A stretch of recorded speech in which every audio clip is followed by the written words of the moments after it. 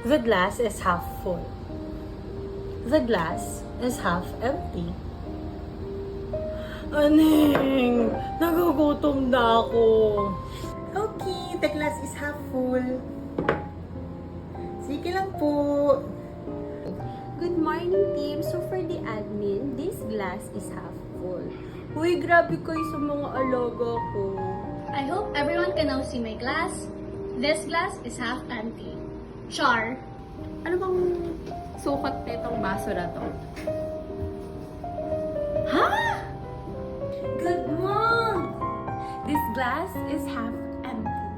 Babajine! This glass is half full. Ito yung glass. The glass is half full. Vic, kamusta na? Ano, may nangyari na ba? Meron ka na ba nagugustuhan dyan sa production? Ay, ano na to?